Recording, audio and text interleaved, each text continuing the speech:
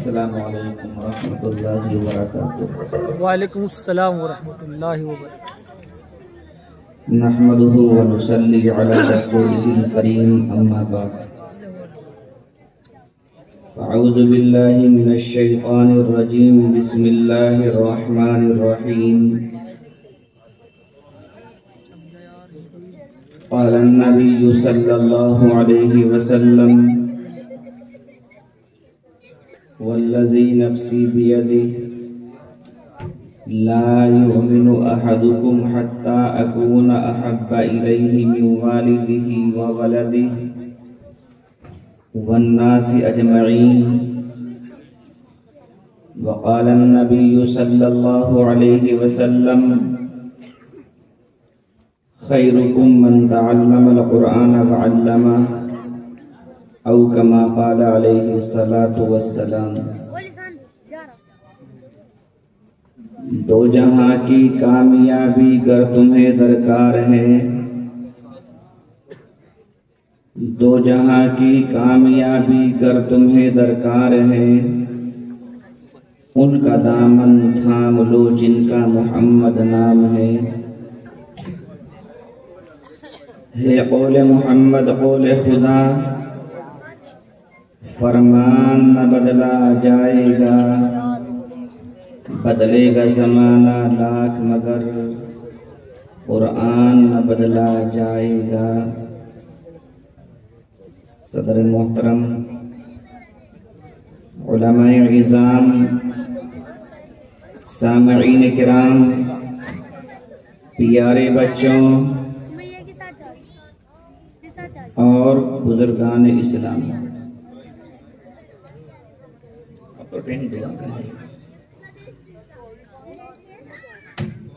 آپ حضرات کافی ٹائم سے اپنے اس اجلاس کو سماعت فرما رہے ہیں۔ مجھے بھی حکم ملا تو میں بھی اس اجلاس کے ناظم اعلیٰ کے حکم پر چند لمحات کے لیے آپ کے سامنے آ گیا ہوں۔ اللہ تعالیٰ مجھے صحیح کہنے اور ہم تمام کو عمل کی توفیق عطا فرمائے۔ لوگ صبح سے شام تک اپنے کاموں میں مشغول رہتے ہیں اور اگلے دن پھر فکر شروع ہو جاتی ہے کہ کل کو اور بھی کام ہے۔ اس اعتبار سے سونے کا ٹائم آ چکا ہے، تو اسی اعتبار سے کہ وقت بھی بہت ہو گیا، تعداد بہت کم ہو گئی، میں نے نبی علیہ الصلاۃ والسلام کی دو حدیثیں پڑھی، جن کے پڑھنے کا مقصد اور مطلب یہ ہے کہ انشاءاللہ ان دونوں حدیثوں کے ذیل میں ایک ہی واقعہ بیان کر کے رخصتی ہو جائے گی۔ ایک عورت اللہ کے رسول کے پاس آئی اور فرمایا، یا رسول اللہ، میں آج اپنے آپ کو، اپنی ذات کو آپ کے حوالے کر رہی ہوں، آپ جو فیصلہ میرے لیے فرمائیں میں اس پر راضی ہوں۔ اللہ کے پیغمبر خاموش ہیں۔ وہ عورت پھر کھڑی ہوئی، یا رسول اللہ، شاید آپ نے سنا نہیں کہ آج میں اپنے آپ کو، اپنی ذات کو آپ کے حوالے کر رہی ہوں، آپ مجھے اپنی بیوی بنائیں، میں راضی ہوں، بیٹی بنائیں جب بھی راضی ہوں، بہن بنائیں جب بھی راضی ہوں، نوکرانی بنائیں جب بھی راضی ہوں، جو بھی آپ میرے لیے فیصلہ فرمائیں گے میں اس فیصلے کو ماننے کے لیے تیار ہوں، اس لیے کہ مجھے آپ سے سچی محبت ہے۔ اللہ کے پیغمبر پھر خاموش ہیں کہ ایک صحابی کھڑے ہوئے، فرمایا یا رسول اللہ اگر آپ کو اس عورت کی ضرورت نہیں ہے تو بہتر سمجھے، مناسب سمجھے اس کو میرے نکاح میں دے دے، میرے پاس بیوی نہیں۔ اللہ کے پیغمبر نے فرمایا بیوی نہیں ہے کہ یا رسول اللہ میرے پاس بیوی نہیں ہے، غریب آدمی ہوں، کوئی شادی کرتا نہیں ہے۔ فرمایا جاؤ مہر کا انتظام کرو۔ یہ صحابی بڑے خوش ہو گئے کہ آج تو بیوی مل جائے، اور دوڑے دوڑے محلے میں گئے اور ایک آدمی کے پاس جا کر کہنے لگے او اللہ کے بندے مجھے کوئی کام دے دیجئے تاکہ میری مہر کے پیسوں کا انتظام ہو جائے، مگر وہاں کوئی کام نہ مل سکا۔ دوسرے کے یہاں گئے، وہاں بھی کوئی کام نہ ملا۔ تیسرے کے یہاں گئے، وہاں بھی کوئی کام نہ ملا۔ چوتھے کے یہاں گئے، وہاں بھی کوئی کام نہ ملا۔ پانچویں کے یہاں گئے، وہاں بھی کوئی کام نہ ملا۔ چھٹے کے یہاں گئے، وہاں بھی کوئی کام نہ ملا۔ چاروں طرف سے پریشان ہونے کے بعد واپس آئے۔ فرمایا یا رسول اللہ کام کی تلاش میں گیا تھا تاکہ مزدوری مل جائے، مگر کوئی کام نہ مل سکا، اس لیے میرے پاس مہر کے پیسوں کا انتظام نہ ہو سکا۔ اللہ کے پیغمبر نے فرمایا تمہارا نکاح اب بھی بغیر مہر کے نہیں ہوگا۔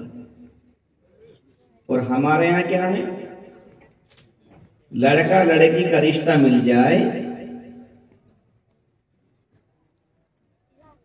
اس کے بعد فوراً مہر ہو یا نہ ہو اس کے نکاح کے لیے امام صاحب کے پاس پہنچ گئے۔ امام صاحب مہر بعد میں دیکھ لیا جائے گا، تم نکاح پڑھاؤ۔ اللہ کے پیغمبر نے فرمایا تمہارا نکاح اب بھی بغیر مہر کے نہیں ہوگا۔ اللہ کے محبوب اب کیا کروں کہ جاؤ کہیں سے قرض لے لو۔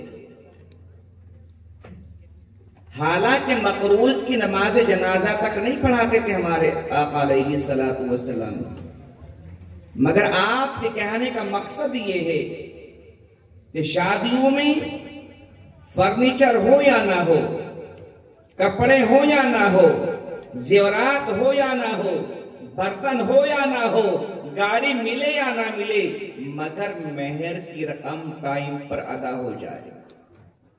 یہ صحابی پھر گئے اور ایک دوست کے پاس جا کر کہنے لگے او میرے دوست مجھے ذرا سا قرض دے دیجئے تاکہ میری مہر کے پیسوں کا انتظام ہو جائے، مگر وہاں قرض نہ ملا۔ دوسرے کے یہاں گئے، وہاں بھی قرض نہ ملا۔ تیسرے کے یہاں گئے، وہاں بھی قرض نہ ملا۔ چوتھے کے یہاں گئے، وہاں بھی قرض نہ ملا۔ پانچویں کے یہاں گئے، وہاں بھی قرض نہ ملا۔ چھٹے کے یہاں گئے، وہاں بھی قرض نہ ملا۔ ساتویں کے یہاں گئے، وہاں بھی قرض نہ ملا۔ چاروں طرف سے پریشان ہونے کے بعد واپس آئے۔ فرمایا یا رسول اللہ قرض کی تلاش میں گیا تھا، مگر خاندان والوں نے قرض دینے سے منع کر دیا، رشتہ داروں نے قرض دینے سے منع کر دیا۔ اللہ کے محبوب میرے پاس مہر کے پیسوں کا انتظام نہ ہو سکا۔ اللہ کے محبوب نے فرمایا تمہارا نکاح اب بھی بغیر مہر کے نہیں ہوگا۔ اور ہم کہتے ہیں امام صاحب آپ پڑھاؤ بعد میں مہر کو دیکھ لیں گے۔ یہ صحابی اب وہاں سے خالی ہاتھ واپس چل دیے۔ اللہ کے محبوب نے فرمایا سہل بن سعد رضی اللہ تعالیٰ عنہ سے کہ سہل بلاؤ میرے صحابی کو۔ دوڑے دوڑے گئے اور فرمایا اللہ کے بندے اللہ کے پیغمبر بلا رہے ہیں، جلدی چلیے۔ فرمایا سہل کیا بتاؤں، جب بیوی قسمت میں نہیں ہے جا کے کیا ہوگا، کہ چلو تو صحیح۔ واپس آئے، فرمایا اللہ کے رسول نے مہر کا انتظام نہیں ہو سکا، اللہ کے محبوب نہیں ہو سکا۔ ارے کچھ تو ہوگا نا آپ کے پاس میں؟ فرمایا اللہ کے محبوب کچھ بھی نہیں۔ کہ گھر میں کچھ ہوگا؟ فرمایا اللہ کے محبوب گھر بھی نہیں ہے۔ غربت اس کو کہتے ہیں۔ اپنی ایمانداری سے بتاؤ، اگر وہاں پر ہماری یا تمہاری بہن یا بیٹی بیٹھی ہوئی ہوتی، فرماتی یا رسول اللہ آپ کے لیے آئی ہوں، اس غریب کے لیے نہیں آئی جس کے پاس گھر بھی نہیں، در بھی نہیں، یہ بھی نہیں، وہ بھی نہیں۔ مگر کہہ رہی ہے اللہ کے محبوب سے کہ جو آپ فیصلہ فرمائیں گے، جس کے ساتھ میں آپ مجھے کر دیں گے، میں آپ کی محبت میں اس کو ماننے کے لیے تیار ہوں۔ معلوم یہ ہوا نبی سے محبت ہو تو ایسی ہونی چاہیے۔ فرمایا کچھ اور ہے ہی نہیں ہے؟ فرمایا اللہ کے رسول جب آپ بار بار معلوم کر رہے ہیں کہ میرے پاس یہ لنگی ہے، لنگی سمجھتے ہیں؟ دھوتی۔ صحابہ کرام کا لباس کیسا ہوتا تھا؟ اوپر کرتا نیچے لنگی، بہترین کلاس۔ سیکنڈ کلاس، اوپر بھی چادر نیچے بھی چادر، جیسے احرام کی حالت۔ مگر ان صحابی کے پاس نہ اوپر کا کرتا نہ اوپر کی چادر، صرف ایک لنگی ہے۔ فرمایا یا رسول اللہ یہ لنگی ہے، اگر آپ کو مجھ سے کچھ چاہیے تو آدھی لنگی پھاڑ کے مہر میں اس عورت کو دے دو اور آدھی میرے پاس چھوڑ دو۔ فرمایا دے تو دیتا مگر تمہارا سطر کھل جائے گا۔ وہاں کپڑا نہیں، سطر چھپے ہوئے ہیں، وہاں پیسہ نہیں، سطر چھپے ہوئے ہیں۔ آج اللہ نے ہم تمام کو ساری کی ساری نعمتیں عطا کی ہیں، مگر ہم پھر بھی کپڑوں سے باہر ہیں۔ اور یقین نہیں آتا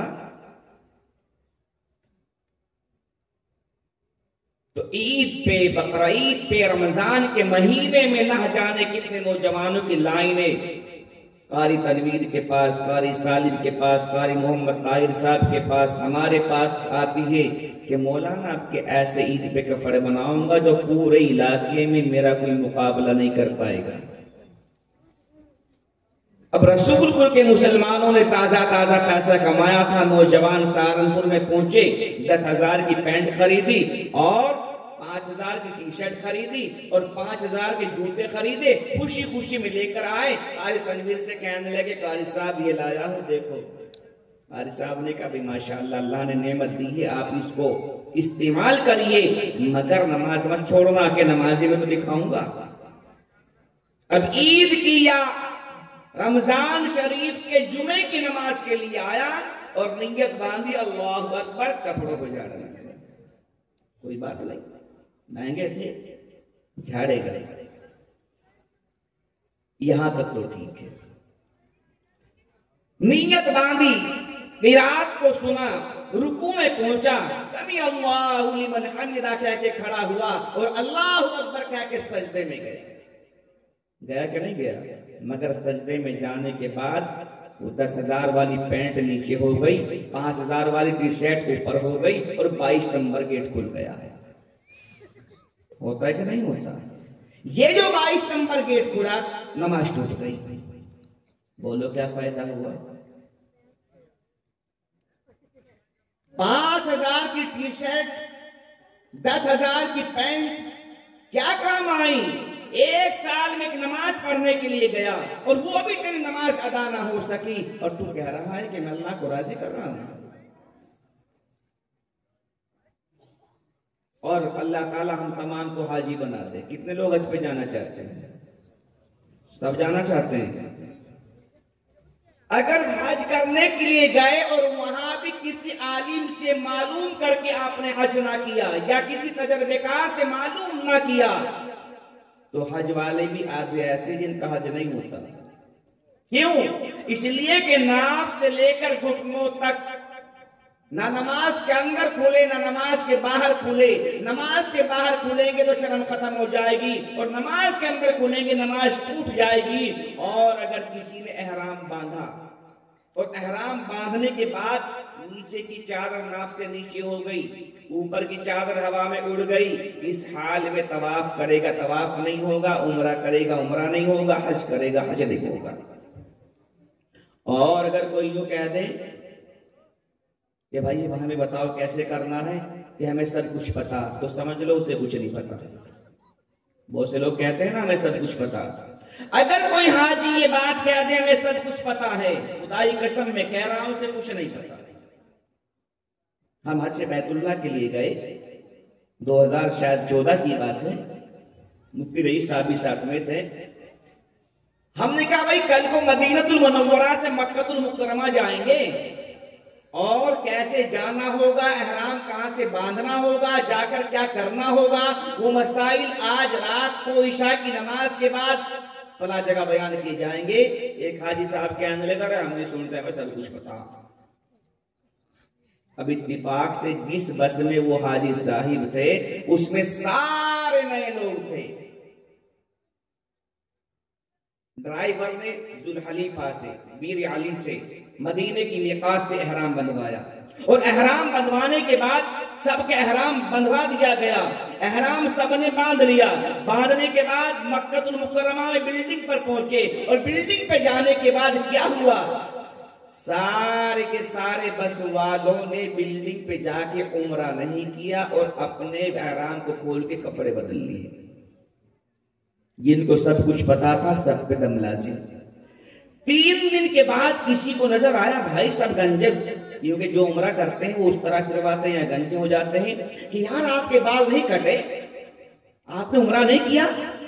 یہ جو عمرہ کسے کہیں کہ اوہو، مکہ المکرمہ میں آنے کے بعد سب سے پہلے عمرہ کرنا ہوتا ہے اور تمہیں 3 دن گزر گئے، اب آرے نیچے لگے ہوئے جی ایسا ہو گیا۔ مگر کیسا ہو گیا کہ جی وہاں سے ڈرائیور نے احرام بندھوا دیا تھا اور ہم نے مکہ میں آ کے بلڈنگ پہ کھول دیا اور عمرہ نہیں کیا۔ میں نے کہا گھر کی بات یہ پرسوں کی۔ میں نے کہا بھائی دم لازم آ گیا کہ جی دم کیا ہوتا ہے؟ میں نے کہا ایک بکری یا بکرا ذبح کرنا ہوگا اس کے جرم میں، جب جا کے مسئلہ حل ہوگا وہ کتنے کی آئے گی؟ جی میں نے کہا 350 ریال کی۔ میں نے کہا اینی ٹائم۔ اگر اس وقت تو بات مان لیتا تو آج یہ حالت تمہاری یہاں پر نہ ہوتی۔ اگر کوئی یوں کہہ دے ہمیں سب کچھ پتا ہے، سمجھ لو انہیں کچھ نہیں پتا۔ سب پہ دم لازم آیا اور سب نے 350 ریال دیے، اور بہتوں کے پاس تھے بھی نہیں تو ان کا عمرہ کیسا ہوا اور حج کیسا ہوا؟ اس لیے کہ حج تمتع ہو یا حج قران ہو بغیر عمرے کے ادا نہیں ہوتا۔ تو معلوم یہ ہوا اللہ کے پیغمبر صلی اللہ علیہ وسلم نے ارشاد فرمایا کہ تمہارے پاس کچھ ہے ہی نہیں ہے، فرمایا اللہ کے محبوب یہ صرف لونگی ہے، آدھی پھاڑ کے مہر میں اس کو دے دو اور آدھی میرے پاس چھوڑ دو۔ فرمایا دے تو دینا مگر تمہارا سطر کھل جائے گا، اس لیے نہیں دے سکتا۔ میرے پیاروں جب بھی نماز پڑھنے کے لیے جاؤ تو کبھی بھی نماز کے اندر ناف سے لے کر گھٹنوں تک کھلنے نہ پائے، دائیں سے ہو بائیں سے ہو آگے سے ہو پیچھے سے ہو، اگر کھل گیا تو نماز نہیں ہوگی، اور نماز نہیں ہوگی تو اللہ راضی نہیں ہوگا۔ تو فرمایا اللہ کے محبوب صلی اللہ علیہ وسلم نے کہ جب یہ بھی نہیں ہے تو کیا کیا جائے؟ تو یہ صحابی پھر چل چلے، فرمایا ادھر آؤ کہ جی یہ بتاؤ آپ کے پاس پیسہ نہیں کہ نہیں، جائیداد کے نہیں، گھر وہ بھی نہیں، کپڑے وہ بھی نہیں، پیسہ وہ بھی نہیں، یہ بتاؤ اچھا تمہیں قرآن یاد ہے؟ کہ ہاں یا رسول اللہ قرآن تو یاد ہے۔ کہ کتنا قرآن یاد ہے؟ کہ اللہ کے پیغمبر یہ سورت بھی یاد ہے، یہ بھی یاد ہے، یہ بھی یاد ہے، یہ بھی یاد ہے۔ فرمایا او میرے پیارے اچھا جتنا قرآن آپ کو یاد ہے وہ سارا کا سارا قرآن اس عورت کو مہر میں یاد کرا دینا، تمہارا نکاح کر دیا۔ قرآن اتنی بڑی دولت ہے جس کو آپ لوگوں نے آج چھوڑ دیا۔ اس لیے میرے پیاروں قرآن سے لو لگاؤ۔ قرآن اگر ہمارے پاس ہوگا زندگی بن جائے گی، اور قرآن نہیں ہوگا تو زندگیاں برباد ہو جائیں گی۔ اس لیے آپ قرآن سے لو لگاؤ، گھروں میں جا کر دیکھو تمہارے قرآن کے اوپر جالے لگ جائیں گے، اور مسلمان خاموشی کے ساتھ زندگی گزار رہا ہے۔ اس لیے میرے بھائیوں آپ حضرات سے درخواست یہ ہے کہ ٹائم کافی ہو چکا ہے، آج قرآن کے اس ادارے کے لیے آؤ، اور جب قرآن کے لیے آئیں گے انشاءاللہ تبارک و تعالی اللہ ہمارے ساتھ ہو جائے گا۔ اجازت ہو تو ایک واقعہ اور سنا دو، اس کے بعد چھوٹے سنا دوں۔ قرآن کیا چیز ہے؟ ایک امیر آدمی تھا، امیری جب آتی ہے تو برداشت نہیں ہوتی، اور اگر کوئی گاڑی تمہارے درمیان لے بھی آئے نا وہ ٹک ٹک کرتا رہتا ہے، کیونکہ وہ سمجھو کہ اس کی نئی نئی امیری ہے۔ اللہ نے ایک آدمی کو بڑا مال دیا، امیر آدمی، تبلیغی جماعت گشت کر رہی تھی، فرمایا اللہ کے بندے، اللہ کے مہمان بلا رہے، کہے چلو نکلو، ہمیں تمہاری ضرورت نہیں ہے۔ تو بیچارے آگے، امام صاحب کی دعوت پہنچ گئی، فرمایا او اللہ کے بندے، تیرے گھر میں آج امام صاحب کی دعوت ہے۔ فرمایا نہ تو ہم نماز پڑھتے نہ امام کی دعوت قبول کرتے، نکلو۔ مسجد میں کام چل رہا ہے، کمیٹی کے لوگ پہنچ گئے، جانے کے بعد کیا ہوا، کمیٹی کے لوگ پہنچے، فرمایا اللہ گھر میں کام ہو رہا ہے، کچھ حصہ لے لیجئے۔ کہا جی کبھی مسجد میں آنا نہیں، جانا نہیں، کچھ دینا نہیں، کیوں؟ بناؤ خود۔ اللہ تعالیٰ نے پکڑ کی اور بیماری آئی، ہاسپٹل لے کر پہنچے تو ڈاکٹروں نے کہا اس کو جلدی اٹھاؤ، جلدی اٹھاؤ۔ کہ کیوں؟ کہ ایسی بیماری ہے کسی اور کو لگ جائے گی، 3 دن کے مہمان گھر میں جا کے خدمت کرو۔ سارے گھر والے لے کر آئے، اس کا درد بند نہ ہو، کسی نے کہا امام صاحب کو بلا کے دم کرا لو۔ ایک آدمی گیا، حضرت جی جلدی چلو، بھائی صاحب کی طبیعت خراب ہے۔ اب امام صاحب آئے، قرآن پڑھا، بھوک ماری تو ذرا سارا ملا، کہا ایک دم اور کرا دو۔ جو کل امام کا نام لینا پسند نہیں کرتا تھا، مولوی کا نام لینا پسند نہیں کرتا تھا، وہ کیا کہہ رہا ہے؟ ایک دم اور کرا دو۔ ایک دم اور کیا اور آرام مل گیا۔ کہ جی ایک دم اور کرا دو، ایک اور کیا اور آرام مل گیا۔ 3 4 5 7 دم کیے، یہاں تک کہ آرام اتنا ملا کہ نیند آ گئی۔ 1 گھنٹے میں کھلی، کہا امام صاحب کو بلاؤ۔ جو کل امام کا نام لینا پسند نہیں کر رہا تھا، آج بار بار امام کہہ رہا ہے، کیوں اللہ کہلوا رہا ہے۔ جو لوگ علماء سے بغض رکھتے ہیں، نہ جانے کب اللہ تبارک و تعالیٰ تمہاری زبانوں پر رٹوا دے کہ علماء کی خدمت کرو۔ تو کسی نے کہا کہ جی یہ وہ بندہ ہے جو کبھی حصہ نہیں لیتا تھا، امام صاحب کی دعوت قبول نہیں کرتا تھا، اور صدر صاحب آگے فرمائے امام صاحب جھاڑ دے مت جانا اس کو، دم کرنے آپ نہیں جاؤ گے۔ کہ کیوں؟ کہ کبھی اس کمبخت نے مسجد میں حصہ نہیں لیا، آپ کی دعوت کو قبول نہیں کیا۔ تو اس نے منع کر دیا، کہا جی لو یہ کمبخت مسجد میں حصہ نہیں لیتا تھا، امام کی دعوت قبول نہیں کرتا تھا، لو امام صاحب کو بھی کمیٹی والوں نے منع کر دیا۔ ایک رشتہ دار نے کہا ایسا کرو، امام صاحب کو چپکے سے بلا کے لاؤ اور 1 مرتبہ لے کے آ جاؤ صرف، پھر یہ اس کا انتظام بھی کرتا ہوں۔ یہ رشتہ دار بازار میں گیا، ایک ٹیپ ریکارڈ لے کے آیا، ادھر سے امام صاحب کو بلایا اور فرمایا امام صاحب کہ جی زور سے قرآن پڑھنا۔ امام صاحب نے زور سے قرآن پڑھا، اعوذ باللہ من الشیطان الرجیم، بسم اللہ الرحمن الرحیم، الم نشرح لک صدرک ووضعنا عنک وزرک الذی انقض ظہرک ورفعنا لك ذكرك فإن مع العسر يسرا إن مع العسر يسرا فإذا فرغت فانصب وإلى ربك فارغب۔ آرام مل گیا، امام صاحب آپ جاؤ۔ یہ کیوں؟ کہ اب تو ہم نے آپ کو اس ٹیپ ریکارڈ میں فٹ کر لیا، اب جب بھی یہ کہتا امام صاحب کو بلاؤ تو ٹیپ ریکارڈ کا بٹن دبا دیتے۔ اسی طرح کرتے کرتے کرتے کرتے 3 دن گزر گئے۔ 3 دن کے بعد آنکھ کھلی، سارے گھر والوں کو دیکھا، زبان کھلی تو زبان سے نکلا اللہ، ادھر اللہ نکلا، ادھر موت کا فرشتہ آیا اور وہ نکال کے ساتھ ہو گیا۔ اب سارے میں شور مچ گیا، اتنا کمبخت انسان جو مسجد میں آتا نہیں، امام صاحب کو پوچھتا نہیں، اور آج وہ ایمان پہ خاتمہ قرآن کو سنتے سنتے چلا گیا۔ اس کی بہن پاس میں کھڑی ہوئی رو رہی تھی، فرمایا میں بتاؤں کہ میرے بھائی کا قرآن کو سنتے سنتے ایمان پہ خاتمہ کیوں ہوا ہے؟ کہ کیوں؟ کہ میری شادی کا ٹائم تھا، میں نے کہا بھائی مجھے کپڑے دلوا کے لائیے، میرے بھائی مجھے بازار لے کر گئے، ایک بہت بڑی کپڑے کی دکان پر پہنچے اور مجھے یوں کہا چاہے جتنا کپڑا خرید لے۔ میں نے 1 جوڑا لیا، 2 خریدے، 3 خریدے، 4 خریدے، 5 خریدے، 10 خریدے، 10 ہزار کے خریدے۔ میں نے کہا بھائی بل جمع کر دو۔ میرے بھائی پیسہ دینے لگے، میں نے کہا کپڑے والے سے بھائی 1 میٹر سستا سا ہلکا سا کپڑا اور دے دو۔ میرے بھائی نے کہا ایسا کیا کرو گی؟ کہ بھائی گھر میں قرآن ہے نا، اس کا جزدان سل دوں گی۔ تو میرے بھائی کی آنکھوں میں لال ڈوریاں، فرمایا کمبخت اپنے پہننے کے لیے اتنی قیمتی جوڑے خریدے اور قرآن کے لیے ہلکا سا سستا سا مانگ رہی ہے. شرم نہیں آتی؟ ایک کپڑے والے جو تمہاری دکان میں سب سے قیمتی کپڑا ہے قرآن کے لیے وہ نکالو. اور مجھے یوں کہا میری بہن جتنا میری بہن کو جوڑے دیے گئے ہیں اتنا ہی میٹر نکالو. اور میری بہن جب تو نیا جوڑا پہنا کرے گی تو قرآن کو بھی نیا جوڑا پہنانا ہوگا. اس قرآن کو نیا جوڑا پہنانے کی برکت سے آج اللہ تبارک و تعالیٰ نے میری بھائی کا ایمان پہ قرآن کو سنتے سنتے خاتمہ کیا ہے. مسلمانوں اتنے بیٹھے ہوئے ہو ہے کوئی جو تمہارے درمیان یہ بات کہہ دے کہ میں اپنا کپڑا لینے کے لیے گیا تھا قرآن کا کپڑا بھی ساتھ لے کے آیا؟ کیوں؟ تمہارے گھر میں قرآن نہیں ہے. رمضان شریف کا مہینہ آ گیا.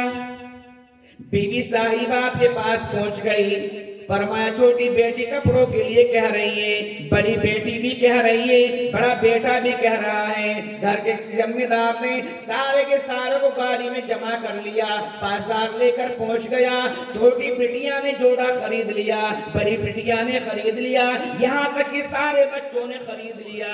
مگر کسی کو توفیق نہیں ہوتی 1 میٹر قرآن کے لیے بھی کپڑا خرید لیا جائے. عید کا دن ہے, سارے کہ سارے خاندان والے نئے نئے کپڑوں میں ہیں, مگر قرآن عید کے دن بھی قرآن کپڑوں میں تمہاری جالینوں میں تمہاری ٹانڈ پہ رکھا ہوا ہے. معلوم یہ ہوا ہے قرآن کی ناقدری اتنی کی ہے کہ عید کے دن بھی کپڑا نصیب نہیں ہوتا اس کو. جمعے کے دن سارے کے سارے کپڑے تبدیل کریں گے, مگر کوئی ہے جو یوں کہہ دے کہ مولانا میں جمعے کے دن قرآن کے جزدان کو دھوتا ہوں, اس پہ پریس کرتا ہوں, پریس کر کے ادھر لگاتا ہوں, دوبارہ سے قرآن کو پہناتا ہوں. ایک بھی آپ کے اندر کوئی ایسا بندہ نہیں مل سکتا. معلوم یہ ہوا ہے کہ ہر چیز کی قدر ہو رہی ہے, مگر اگر قدر نہیں ہے تو قرآن عظیم کی قدر نہیں ہے. اس لیے میرے پیارو قرآن کا ادارہ ہے, جو اس سے لو لگائے گا وہ انشاءاللہ تبارک و تعالیٰ فلاح پائے گا, اور جو اس سے لو نہیں لگائے گا تو نہ جانے کس کس حال میں اس کی موت آئے گی. اس سے پہلے کہ موت آئے اپنے اس قرآن کو سینے سے لگاؤ اور ان مدرسوں کے بچوں کو سینے سے لگاؤ. حضرت علی ندوی رحمت اللہ علیہ جب کبھی مدرسے کے پاس سے گزرتے تھے تو مدرسے کے بچے کو بلاتے, اس کے سر کے اوپر ایسے ہاتھ رکھتے, کچھ پڑھتے تھے. خادم نے پوچھا حضرت آپ کیا کرتے ہیں بچوں کے سر پہ ہاتھ رکھنے سے؟ کچھ نہیں کہ نہیں بتانا ہوگا. فرمایا کیا بتاؤں بھائی, میں صرف یہ کہتا ہوں یا اللہ یہ تیرے محبوب کے گھر کا مہمان ہے, اس کی برکت سے میری مغفرت کے فیصلے فرما دے. ہمارے تو یہاں گھروں میں یہ بھی ختم ہو چکا ہے. اس لیے میرے بھائیوں آج کے پیغام بس اتنا ہی تھا, ٹائم کافی ہو گیا. اللہ تعالیٰ سے دعا کریں اللہ مجھے بھی آپ کو بھی کہنا سننے سے زیادہ عمل کی توفیق عطا فرمائے. اور آپ حضرات سے درخواست یہ بھی ہے کہ اتنا اچھا لمبا چوڑا آپ نے پیغام یہ اس پنڈال سجایا ہے, اس میں بڑا لمبا چوڑا خرچ آیا ہے, تو ٹائم تشکیل کا بھی نہیں ہے. باقی آپ حضرات پہلے بھی دے چکے ہیں, لیکن اگر کوئی آج بھی حصہ لے لے خدا کی قسم آج کا دیا ہوا سارے دنوں سے افضل ہے. تو اگر کسی کا ارادہ ہے 200 روپے دینے کا, میں نبی کے ایصال ثواب آپ حضرات کے سامنے پلہ پھیلا رہا ہوں, ایک رومال بچھاؤ, اور اس میں جو بھی کسی کا ارادہ ہو, کسی سے ضد نہیں, کسی سے زبردستی نہیں, جو بھی آپ چاہیں, ایک بھی اللہ کا بندہ ایسا بیٹھا نہ رہ جائے جو آج اس مبارک دن میں حصہ نہ لے. چاہے آپ 1 دو 2 دو 10 دو 20 دو ارب دو خرب دو, پیسہ نہیں موٹر سائیکل کار دو, ٹریکٹر ٹرالی دو, بھینس تو بھینسا دو, بکرا دو بکری دو, کچھ بھی دو, مگر دو سارے کے سارے ایک چکر ایسا لگا دو, اس کے بعد ہاتھ پر اٹھا دو. قاری صاحب موجود ہے, دعا ہو جائے گی. اور اگر کوئی اور نظام ہوگا تو نظام میں وہ ناظم اجلاس سے بیٹھے ہوئے انشاءاللہ وہ بتائیں گے. لیکن ہر ایک آدمی یہ کرے, کوئی ایک 5-10 ہزار روپے والا ہو, کوئی لاؤ 10,000 روپے, ایک اللہ کا بندہ 10,000 روپے, کوئی ہے نہیں ہے تو کوئی بات نہیں ہے, جو مرضی آئے وہ بھی دے سکتا ہے. مجھے پتا لگا تھا یہاں کے لوگوں نے پہلے ماشاءاللہ بہت اچھا خاصا حصہ لے لیا, مگر آج کی برکت بہت اچھی ہوتی ہے. ہمارے بھائی محمد مکرم صاحب کتنے دودھ والوں کے 10,000 ہے, اللہ مقبول فرمائے. واہ بھائی واہ, رسول والو اللہ تمہاری جان میں مال میں برکت عطا فرمائے، تمہارے بچوں کو دین کے داعی بنائے، اسلام کے شہدائے بنائے۔ اتنا سب کچھ کرنے کے بعد بھی ماشاءاللہ آج مردانگی کی حالت میں، ماشاءاللہ دیوانگی کی حالت میں اور عاشقی کی حالت میں ہر ایک آدمی ہمارے بھائی محترم صاحب نے صدقہ دیے، اللہ ان کو مقبول فرمائے، اللہ ان کے بچوں کو دین کے داعی بنائے، اسلام کے شہدائے بنائے۔ حافظ